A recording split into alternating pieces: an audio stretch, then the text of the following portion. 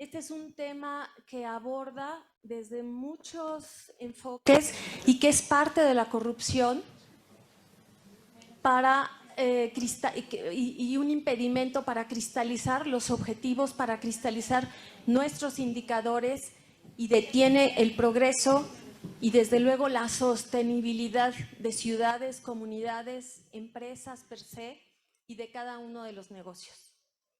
El día de hoy vamos a darle la bienvenida a Walter Selle, que nos va a compartir su experiencia en el desarrollo de estos sistemas.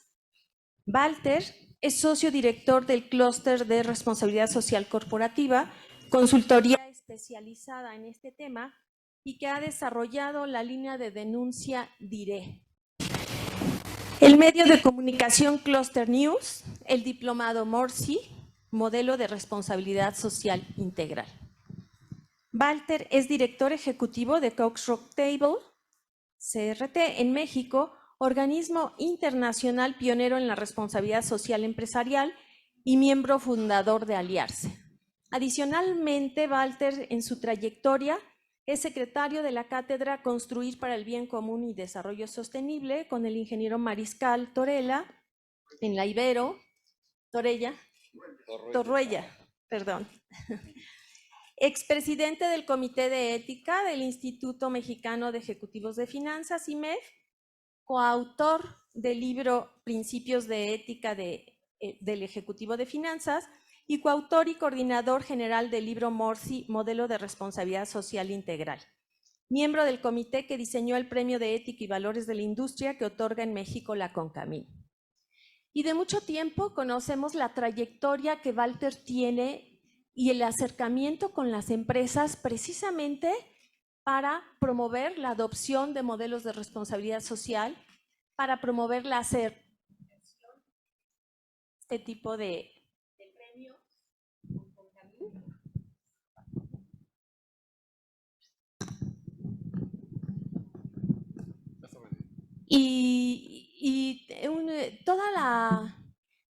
Decía yo, todo el acercamiento con el empresariado que ha tenido y sobre todo hay un factor muy importante.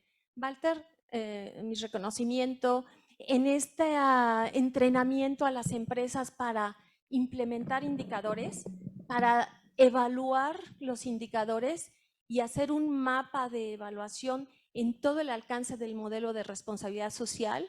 Walter ha sido pionero y ha sido un impulsor muy importante para todo el empresariado. Bienvenido, Walter.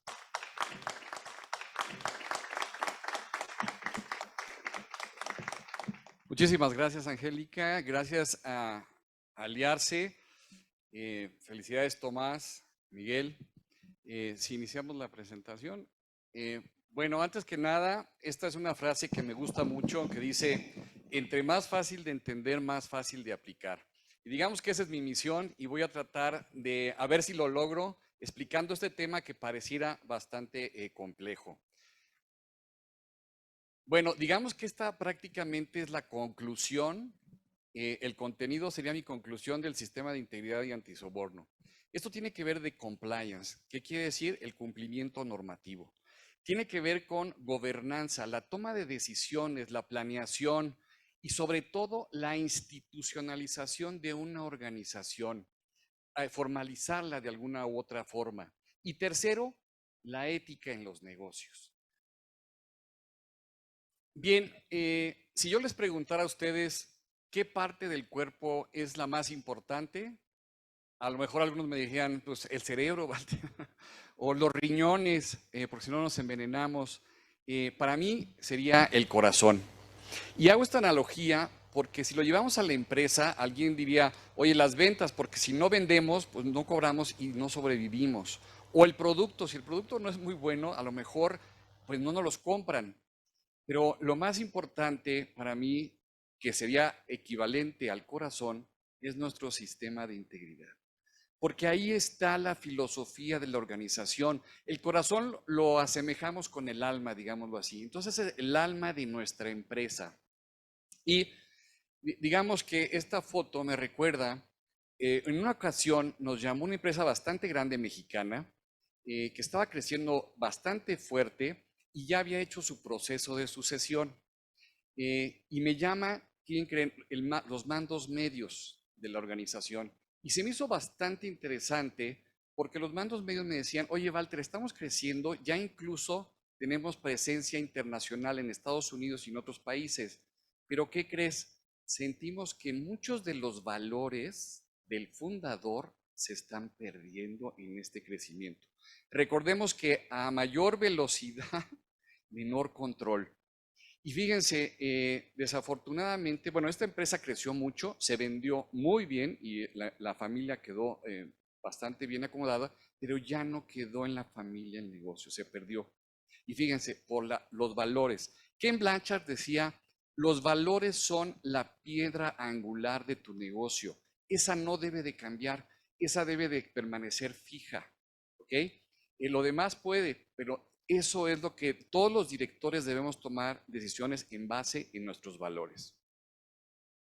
¿Qué nos dice esta fotografía? Veámosla y qué nos dice. Entre más rojo es mayor corrupción y entre más amarillo es menor corrupción. ¿Qué nos está diciendo? Primero, que este problema es global. No es de México, es de todo el mundo. Segundo, cada vez se calienta más, cada vez desafortunadamente está más rojo. Los especialistas nos dicen que entre mayor corrupción, mayor oligopolios, mayores monopolios y mayor desigualdad y mayor violencia y mayor lo que estamos viendo, narcotráfico. Entonces, quizá esto es parte de lo que estamos viviendo hoy, son, como decía Miguel, lo que sembramos desafortunadamente o lo que dejamos de hacer. Y la reflexión es, ¿realmente le estamos dando la importancia a este tema? Veamos la siguiente lámina, donde están los principios de desarrollo sostenible. En el año 2000, Kofi Annan impulsa estos principios para que las organizaciones se sumen. Y son 4 temas. Y primero vemos en lo que estábamos, el tema que estábamos, derechos humanos, que yo lo veo como la dignidad humana. Relaciones humanas, relaciones laborales con la parte de la seguridad del trabajo, las normas de la OIT, pero ojalá también viéramos esta parte del salario digno. Esta parte del salario digno que Alianza está promoviendo, que por lo menos tuviéramos no un salario mínimo, un salario digno que son 2 canastas básicas por lo menos. Ojalá lo pudiéramos estar incluyendo y viendo en este aspecto. Y luego el medio ambiente que habla de tecnologías respetuosas, de procesos de medio ambiente y finalmente anticorrupción. Anticorrupción que 2 años después fue que se tardaron, se dieron cuenta porque esto nace en 2000 con 3 y 9 principios. Y 2 años después dijeron, ah, caray, nos faltó anticorrupción. Y bueno, y es que surge anticorrupción. Y después, en 2015, si le vamos a la siguiente, 2015 salen los Objetivos de Desarrollo Sostenible. Aquí donde está el tema de anticorrupción. A mí me hubiera gustado que fuera uno de los objetivos. Yo tuve la fortuna de ser parte del stakeholder y tuve la oportunidad de viajar a Bangkok y estuve promocionando de que estuviera el tema de el objetivo como anticorrupción y no hubo manera. Pero si le damos un clic, sí está, no se preocupen, está dentro de paz e instituciones. Si le damos al siguiente, está en el punto 16.5, reducir considerablemente la corrupción y el soborno en todas sus formas. Como les digo, a mí me hubiera gustado todavía mucho más fuerza en este tema que no le estamos dando la importancia. Estos objetivos terminan en 2030, entonces ya tenemos que ir poniendo el dedo sobre el renglón para que en los siguientes objetivos se incluyan. Algo importante también es que esta ley, que nace en 1977, que es Ley de Prácticas Corruptas en el Extranjero, es la ley más fuerte que hay y aplica en todo el mundo, lanzada por Estados Unidos. Y le aplica obviamente a todas las empresas americanas, pero si tú tienes un socio en tu empresa que es americano, también te aplica esta ley. Si tú tienes relaciones con empresas en Estados Unidos o distribuidoras, también te aplica esta ley. ¿Y qué es lo importante? Que esta ley es la que ha impactado con denuncias multimillonarias a nivel mundial. ¿Y qué creen?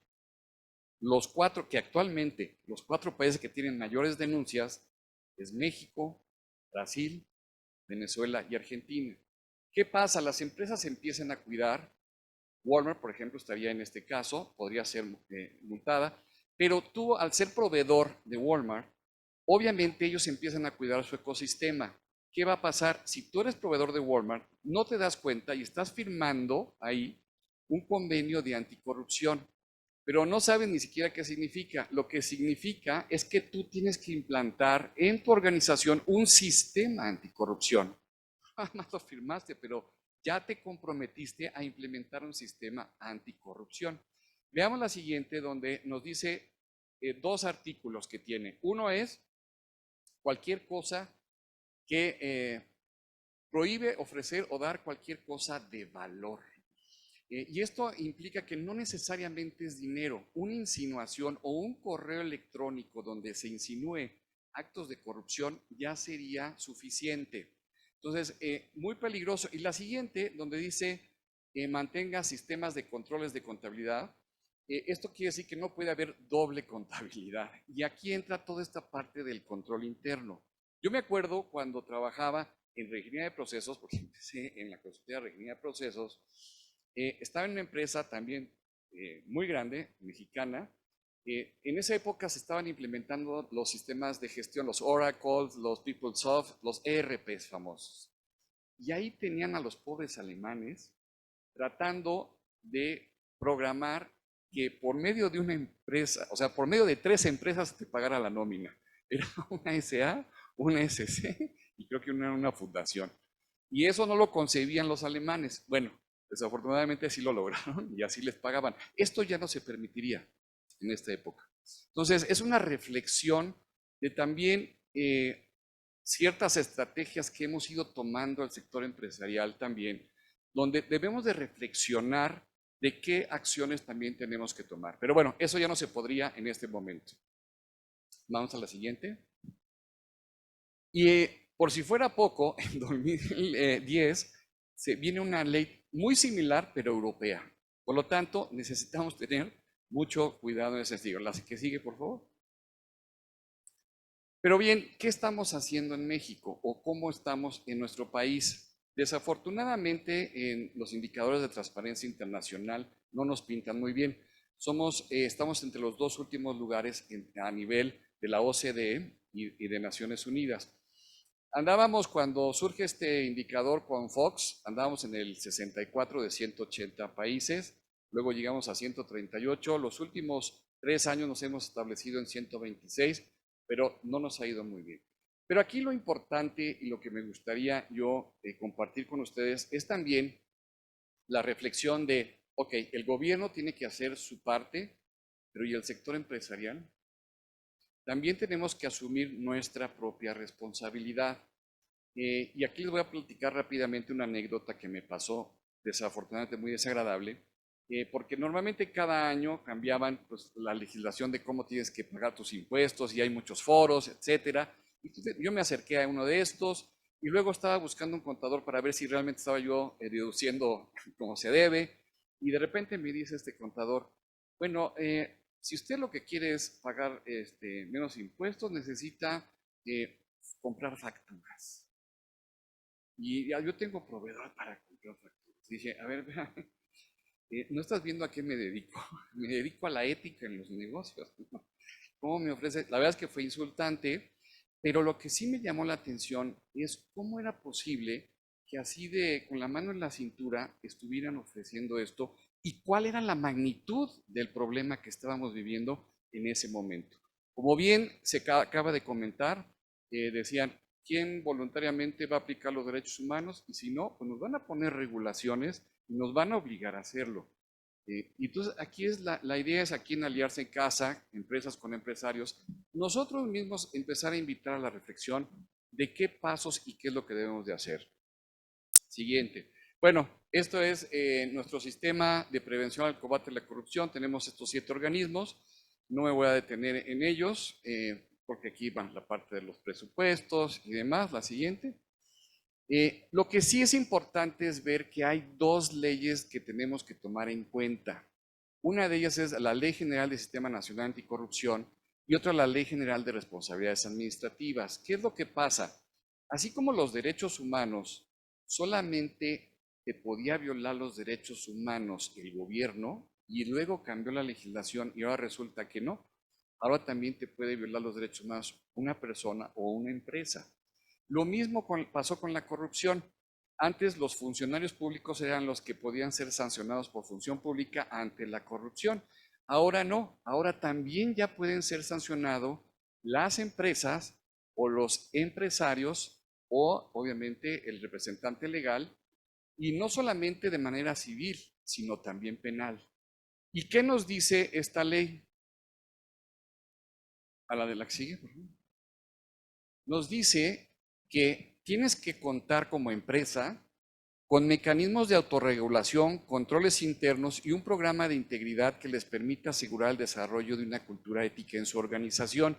Y además, en la parte de abajo, te dice, y herramientas de denuncia y de protección a denunciantes. ¿Ok? Entonces, ¿qué me dice eso? Si yo le vendo al gobierno, asegúrense de tomar en cuenta lo que les estoy diciendo. O si además son proveedores de alguien que le vende al gobierno, porque, como les decía, empieza la cadena de valor. Si nos vamos a la siguiente, lo que nos está diciendo es que lo que tenemos que hacer es integrar una política, es adoptar una política de integridad. ¿Y qué es una política de integridad? La que contempla estos aspectos. Primero, un manual de organización. ¿Esto qué significa? Que tengas en un manual establecido que tu organigrama, los canales de poder, más o menos los procesos como están estipulados. Y el siguiente, el código de ética y conducta. Este para mí es el tronco principal de cualquier sistema de responsabilidad social o sostenibilidad. Yo recuerdo cuando empezamos en el distintivo Empresa Socialmente Responsable, llegamos a las empresas y les decías, oye, ¿tienes un código de ética y conducta? Sí, claro, y te sacaba el reglamento interior de trabajo. Decían, no, no, no, no. El código de ética y conducta es el compromiso de la empresa con sus diferentes grupos de interés. Parece lo mismo, pero no lo es. ¿Ustedes recuerdan los casos de las maquiladoras que desafortunadamente tenían niños trabajando con químicos que les hacían daños y no los dejaban salir hasta que no terminaban? ¿Ahí quién tiene la culpa? ¿El niño que va a trabajar y que está con esa situación o la empresa que tiene esos niños trabajando? Obviamente entonces el compromiso es de la empresa. Es a qué te comprometes con empresa, con tus colaboradores. Y no solo con tus colaboradores, sino con tus proveedores, con tus clientes, con tus diferentes grupos de interés. Por eso el código de ética y conducta hay que cambiar ese chip, porque inmediatamente se lo ponemos al empleado. No toques, no digas, no, no, no. El código es para la empresa. ¿A qué te comprometes como empresa? Y esa es una de las grandes diferencias. Luego te dice un sistema de control y aquí está la parte del control interno y que también tengas una auditoría e incluso audites tu código de ética y conducta. Nosotros ya lo hicimos y es bien interesante porque aquí Auditoría Interna empezó a auditar el cumplimiento del código de ética y conducta. Y entonces llegaba a Recursos Humanos y decía, oye, aquí te comprometiste a igualdad y equidad de género, ¿cómo lo estás aplicando? Y si tú no demuestras cómo estás realmente haciendo y nada más fue una firma, te levantan un riesgo de incumplimiento. Y todo el mundo se espanta y dice, ah, caray, ahora sí va en serio. Sí, no debe de ser un papel nada más que firmamos o que damos en la inducción. ¿Ok? Siguiente, el sistema de denuncia. El sistema de denuncia, todo esto también, todo lo que es el sistema de integridad, va muy alineado o podemos tomar la ISO 37000. Dentro de las ISO 37000 hay ciertos ecosistemas y uno de ellos es el de la línea de denuncia, que ahí tenemos la ISO 37002. Aquí es muy importante, uno, que te dé confianza, que sea oportuno y que realmente resuelva los problemas, ¿ok? Resuelva los casos que se van presentando. Si no, no funciona. Aquí yo recuerdo un caso de una pyme que le acabamos de diseñar su código de ética y conducta y ¿qué creen? Un proyectazo en una farmacéutica muy grande donde el de compras le dijo, tu proyecto es el mejor, pero ya estás por que te aceptemos, pero el 10% de todo lo que te pasemos es para el director de compras. Fíjense que afortunadamente ese tipo de organizaciones tienen líneas de denuncia. Realizamos una carta diciendo que no aceptábamos o nos retiramos del nuestro código de ética y conducta nos prohibía darle el 10% a su director de compras y por eso nos retirábamos del proyecto. Bueno, lo que pasó, porque es una historia real que nos tocó, es que investigaron, corrieron al de compras e inmediatamente contrataron a esta empresa por honrada y porque era muy competitiva. Y no solo eso, sino que en la farmacéutica, ¿qué creen? Se recomiendan entre farmacéuticas. Entonces, llegó a estar hasta en 3 diferentes farmacéuticas por hacer lo correcto. Pero lo que les quiero decir también con esto es que la línea de denuncia no es solamente para el personal interno. Tenemos que llevarlo hacia otros grupos de interés. Si no, aquí como un proveedor podría haber denunciado estos aspectos. Pero ¿qué está pasando normalmente ahorita con los sistemas de denuncia? Como también hay una ley que se llama la NOM 035, donde son los riesgos psicosociales, y a las áreas de recursos humanos se les obliga a contar también con una línea de denuncia, entonces ellos están contratando su línea de denuncia y Compliance contrata la suya y a Derechos Humanos va a contratar la suya y entonces vamos a tener 5 o 6 líneas de denuncias dentro de la organización. Creo que ese es un gran error. Afortunadamente, como veían, nosotros diseñamos la línea de denuncia DIRE, que significa denuncia inteligente, responsable y ética. Y aquí nosotros nos inspiramos en un libro de Ken Blanchard también, que se llama Administración por Valores, que dice que normalmente en una empresa hay 2 tipos de problemas. Problemas de procesos y problemas de personas. Y lo que hicimos nosotros es además agregarle corrupción. Entonces, procesos, no, personas y corrupción. Pero no nos quedamos ahí, dijimos, pero esto también tiene que servir para la mejora continua. Y agregamos ese aspecto de mejora continua. Que uses la línea para decirnos cómo mejorar. De hecho, una mejor práctica que ganó en CEMEFI fue esa. Es un concurso que se hacía en compliance diciendo cómo podemos mejorar. Y ese incluso fue nacional y luego se convirtió en internacional. Cada 2 años lo hacían y así iban mejorando. Bien, entonces el sistema de denuncia. Luego viene el sistema de entrenamiento y capacitación. ¿Saben cómo cambian la cultura dentro de una empresa? Con la cultura se cambia a través de la capacitación, de la difusión. Es la forma que la podemos cambiar. Nada más que también tenemos que ser innovadores. Y para la capacitación se necesitamos 3 aspectos. La primera es darlo a conocer. La segunda es comprobar que fue entendido. Y la tercera, monitorear que realmente se está aplicando. Eso se llama en conjunto la implementación y la capacitación. Aquí recuerdo también una mejor práctica. Bueno, les digo de mejores prácticas porque fui más de 10 años evaluador de las mejores prácticas. Y una que me gustó mucho que presentaron en Mérida fue un tablero gigante. Y hicieron un juego de su código de ética y conducta sacabas y el valor tal y hacían preguntas y ibas avanzando y eran 20 personas que estaban alrededor del tablero jugando. Imagínense qué padre, se hacían torneos. ¿Y esto qué quiere decir? Que la capacitación no es de una sola vez, es constante. La línea de denuncia, el sistema de integridad, los valores debe de ser constante, pero también tenemos que ser innovadores y creativos para difundir y capacitar. El siguiente es la política de recursos humanos. Y aquí yo siempre normalmente les digo, si no quieres ladrones en tu empresa, no los contrates, ¿no? Y entonces tienes que tener un sistema de evaluación muy fuerte. Y justo eso es lo que te está pidiendo la política, que no vayas que tengas un sistema robusto de contratación y desarrollo de tu personal dentro de tu organización para que evites y prevengas los actos de corrupción. Luego vienen los mecanismos de transparencia, pero como ven, esto es circular. Cuando hablamos de un sistema de integridad, quiere decir que es circular. Adelante. Bien, y esto también tiene que ver con evaluación de tipos de riesgos.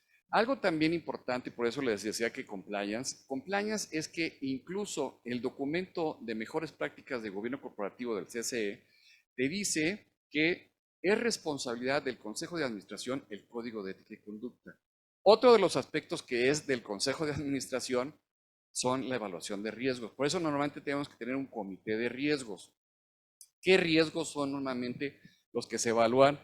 Si no, aquí Angélica me baja las orejas, en compliance, pero son los riesgos legales, los riesgos financieros, los riesgos operativos de tu organización, los riesgos tecnológicos, ahora que estamos incluso con la inteligencia artificial y todos estos aspectos, los riesgos de reputación, y yo le agregué, la verdad, 2 más, porque normalmente son esos 5. Fíjense, casualmente le agregué riesgos de violación de los derechos humanos y los riesgos ambientales. Y eso tiene que ver con el famoso ESG o ASG, donde debemos nosotros evaluar nuestros impactos, incluso que van a ser impactos financieros dentro de la organización. Pues bueno, lo de Otis de Acapulco, van a cambiar las regulaciones, ya no vamos a poder construir ahí de la misma manera. Tiene que ser reforzado, lo queremos hacer, no lo queremos hacer. Por ejemplo, una empresa hotelera muy grande dice, ¿sabes qué? Pues córtale a todo el personal, despídenle a todo el personal, sería una actitud adecuada o no, pues ellos viven ahí, perdieron todo y además pierden el trabajo. Todo eso son riesgos de derechos humanos, de reputación, que van vinculados y que van a impactar. La siguiente. Rapidísimo. Bueno, y les hablaba yo de la ética. La ética, fíjense, de una manera muy sencilla y no meternos muy complejo. La ética no tiene lugar, son principios. Y fíjense que la moral se revisa ante la ética. Y eso que tú revisas, cómo lo entiendes, y ese grupo cómo lo entiende y cómo lo aplica, eso se le llama moral. Y esto puede volverse a revisar y puede volver a cambiar la moral en un lugar determinado o en un grupo. Ya la integridad es cuando ya lo asume el grupo y ya lo vive dentro de la empresa. O sea, la ética es la que vas a estar revisando. La integridad es la que estás viviendo ya dentro de la organización. La siguiente. Bueno, ya para ir cerrando, les diría que un sistema de integridad tiene estas 2 grandes partes. Una es la prevención, que debe de ser casi el 80%. Por eso el comité de ética debe de ser o enfocar sus esfuerzos sobre todo a tener todas las herramientas, a tener la línea de denuncia, a tener el manual, a tener todos los aspectos, pero ser preventivo e incluso estar haciendo concursos de valores, estar mandando mensajes, todo lo posible para prevenir. Y el segundo se llama reacción. Y ahí es donde está la Comisión de Honor y Justicia. También aplica para la línea de denuncia. La línea de denuncia no es para que se entere todo el mundo, es un grupo pequeño y normalmente para nosotros, les digo, en nuestra experiencia, no debe de ser el mismo el Comité de Ética que el Comité de Honor y Justicia, porque el Comité de Honor y Justicia es el que va a determinar las sanciones o si se sanciona o no se sanciona. Y el Comité de Ética, su función es que contemos con todas las herramientas y estar previniendo.